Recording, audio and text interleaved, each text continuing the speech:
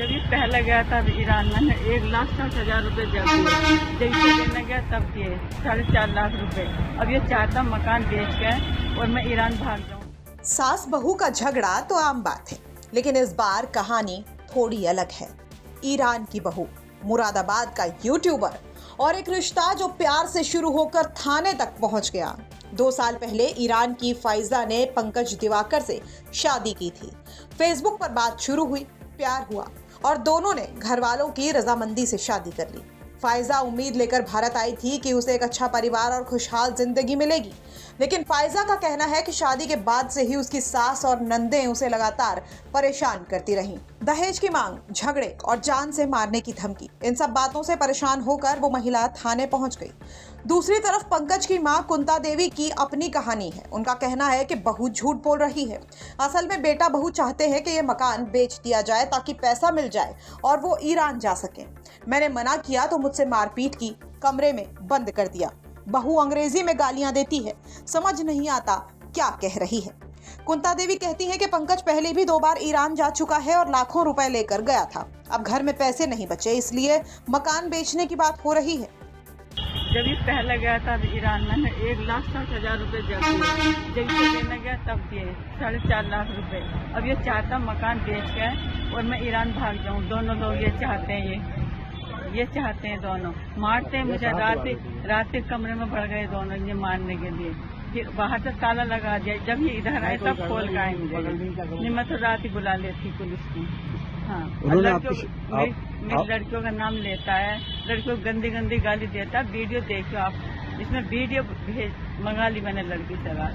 मुझे हुआ विवाद किस बात का लेकर? विवाद कुछ नहीं है, ये बस ये चाहता मकान बेचे, जो 2-4 पैसा है वो इसे दे दूं, मैं लेकर सफा जाऊं। ये मैं भीख मांगू कटोरा लेकर सड़क पर, ये चाहता। इन्होंने आपके खिलाफ तहरीर दी है? हाँ दी है।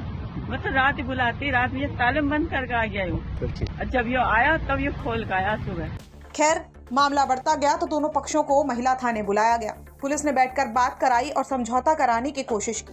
थाने से बाहर निकलते हुए पंकज ने कहा कि हम एसपी सर की बात मानकर मामला खत्म कर रहे हैं। ये पारिवारिक मामला है, इसे और नहीं बढ़ाना चाहते।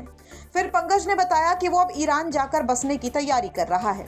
उसने आगे बताया कि माँ से कोई दुश्मनी नहीं, लेकिन हालात ऐसे बन गए हैं कि हमें देश छोड़ना पड़ रहा है। फाइजा का परिवार हमारा साथ देगा, वहां जाकर नई जिंदगी शुरू करेंगे। मामला देखिए पूरा अभी पता ही है आप सबको कि क्या मामला है। फिलहाल एसपी सर से बात हुई है और उनके कहने पर और ये हमने समझौते के लिए कर लिया है और आगे के लिए मतलब अब फिलहाल तो वो वापस जा रही है ईरान और आगे हम किसी भी प्रकार की कार्रवाई नहीं कर रहे हैं और बस इस चीज़ को हम यहीं पे ख़त्म करना चाहते हैं क्योंकि पारिवारिक इशू है और मैं इसे परिवार में ही रखना चाहता था, लेकिन अनफॉर्चुनेटली ये बाहर आ गया और अब मैं इसे ज़्यादा आगे बढ़ा भी नहीं रहा हूँ और ना फायदा बढ़ाना चाहती ना हम कभी बढ़ाना चाहते थे। आप भी वापस जा रहे हो? हाँ, मैं भी ईरान जा रहा हूँ और अनफॉर्चुनेटली मुझे देश छोड़ना पड़ रहा है। तो ईरान में रहोगे? हाँ, फिलहाल की स्थिति में तो ईरान में। के लिए जा रहे हो या नहीं, सेटल होने के लिए? हाँ, सेटल होने के लिए। कारण क्या हुआ है? कारण ये है कि घर परिवार में जो जिस तरीके के षड्यंत्र हुए थे हमारे खिलाफ, जब से मीडिया में आए, थोड़ा नाम कमाया, पीछे से बहुत षड्यंत्र होते रहे। अब होते होते इतना आ गए कि हमें मजबूरन पुलिस कंप्लेंट करनी पड़ी, बट हम अब भी नहीं चाहते कि आगे बढ़े और जैसे एसपी सर ने हमें समझाया और दूसरे पक्ष को भी समझाया तो इस चीज़ को हमने यहीं पे स्थगित कर दिया है और बस हम ये चाहते हैं कि ना हमें कोई परेशान करे ना हम किसी के खिलाफ कुछ करना भी नहीं चाहते। माता की तरफ से क्या आरोप लगाया है? अब माता जी सर ऐसा है, माता जी हमारी बुजुर्ग हैं, रिश्तेदारों के कहने में उन्होंने जो भी करा वो करा क्योंकि 70 साल उम्र है उनकी और मेरी माँ से मेरा बहुत प्रेम है और हमेशा रहेगा। मैं उम्मीद करूँगा भविष्य में चीज़ें ठीक हो जाए। क्या रीजन है जो इस तरह का बदलाव आपके साथ किया है? सर इसमें रीज़न ये है, एक तो वो दूसरे देश से है, दूसरे कल्चर से है।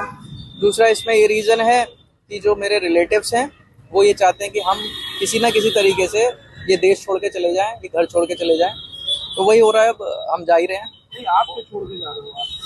सर उसमें हाँ भाई हैं, वो भी हमारे ही पक्ष में हैं, एक बहन है वो भी हमारे पक्ष में है, बाकी 3 बहनें हैं और कुछ मेरे बहनोई हैं जिनके षड्यंत्र हैं, लेकिन अब मैं किसी का नाम नहीं लेना चाहता, ना मैं किसी को बदनाम करना चाह रहा हूँ।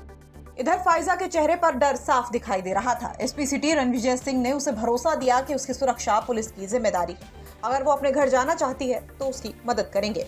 मुरादाबाद से जगत गौतम की रिपोर्ट, यूपी तक।